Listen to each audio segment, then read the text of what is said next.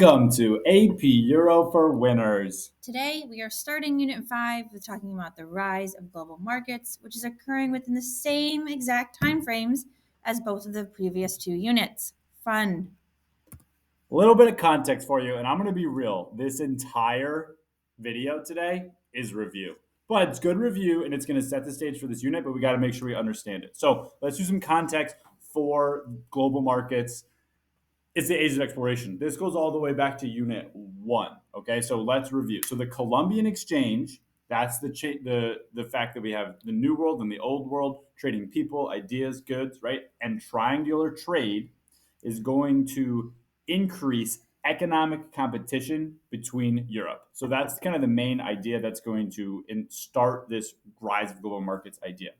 And their main motivation in the beginning is to find a sea-based route to Southeast Asia. They don't actually want to go to the Americas, right? Christopher Columbus essentially finds those by accident. And in the beginning of the age of exploration, remember that Portugal is the main player. And one of their explorers, Vasco da Gama, helps Portugal round the Cape of Good Hope around Africa and establish a presence in the Indian Ocean. So Portugal's kind of the first player here with trade, and the Dutch, English, and French soon gain access to the Indian Ocean after Portuguese. And with this, there's going to start to be a global economy and competition, which is going to lead to conflict as each country wants to be on top. All right, so now we have some maritime rivalry in the East. So we've heard of this company before, the Dutch East India Company. It's a joint stock company, right? So it's a private company that raised money by selling shares to investors and then uses that money to go in advance. So this is the first transnational corporation. It made a ton of money. Look at this graph. Look at them on the right. I looked at those other companies, Mississippi Co. and South Sea Company. Those are like French and British trading companies. But look how much money the Dutch East India Company, more than Apple, biggest, most wealthy company ever. It is. That's a lot of money. So that just goes to show how successful they were. So this is going to be challenged by the Portuguese. The Portuguese are going to use trading posts. They're not actually going to colonize, which saves them money, right, and resources. The Dutch, while doing the opposite, kind of subjugated the people, made them treated like terrible. By the end of the 1700s, the Dutch East India Company was struggling because of competition from the British East India Company. Wow, very unique name here. All right, so the British East India Company is going to use India to make money. And in particular, this is a little bit new for you. We haven't gone into this much depth, but the Mughal Empire in India is in decline, which kind of creates an opportunity for Britain to colonize India. And Britain takes advantage of that opportunity. They colonize all of India, which is sort of helped along by the British East India Company. The way I read it is kind of like the British East India Company does the colonizing first, and then they kind of give over the reins to Britain at one point. Eventually, Louis XIV of France sees all this money getting made, right? And he wants to get on the action too. So he comes up with his own company, the French East Indian Company. Wow. So original. Yeah. And this is run by his finance minister. And this is an important name. We haven't mentioned him before. I think maybe we have. But Jean-Baptiste Colbert, who's very influential in the mercantilist policies of Louis XIV of France. And they want to get more influence over Asia.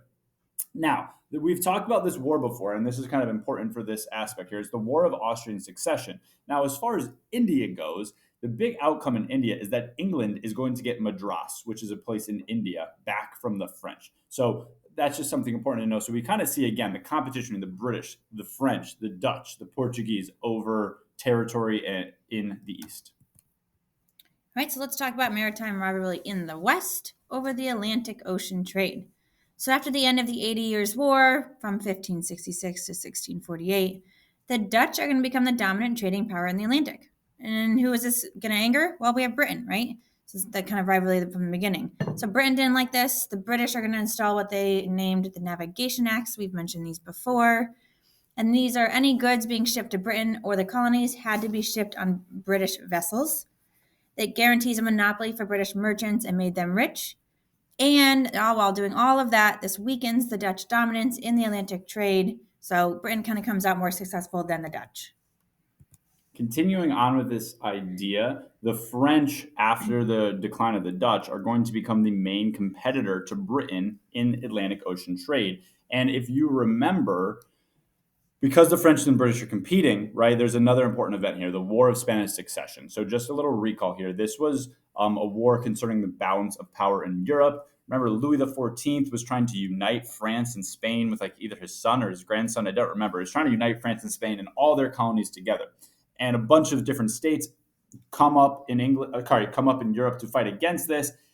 England being one of them, and they developed the Treaty of Utrecht, which essentially in Europe, like, make sure that Britain and France are not going to be ruled by